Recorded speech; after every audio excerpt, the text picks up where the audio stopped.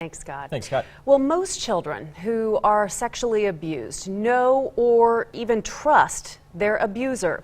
So when police track down someone responsible for creating child pornography, they are often faced with a dilemma. That's right. The question is how to interrogate a parent or a loved one who's accused of a terrible crime when the victim is so often in the same house, right?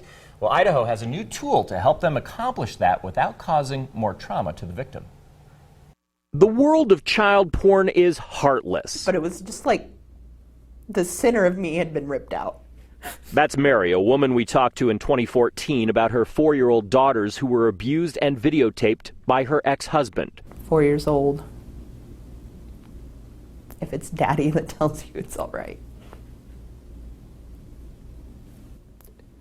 Who are you to question him, you know? In the past, initial investigations were often done in the home. And it became very cumbersome and unsanitary and not very private for everybody involved. Interviews were sometimes conducted at the kitchen table while disturbing and embarrassing images were being dredged out of computer memory on a nearby countertop. We need to be very cognizant of the victims in those photographs and videos and who's watching them, and we really wanted a private area for our guys to be reviewing or previewing these devices. They wanted to be able to provide a safe, clean environment.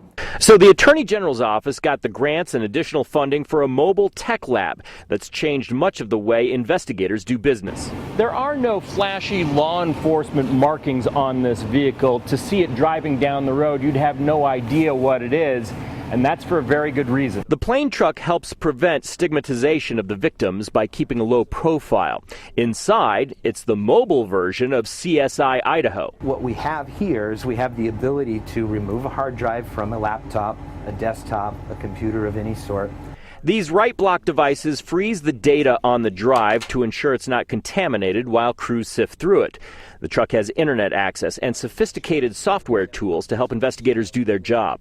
We go right to the data as it resides on the drive. But the truck is separated into two parts. It's nice that it adds a separate environment where the investigator can interview his suspect at that time. And the victims don't have to hear it. And that makes it much easier to do one of the most difficult jobs in law enforcement. But I know at the end of the day, what I do is for the children. It's for the kids that are out there that don't have the voice to stop the abuse.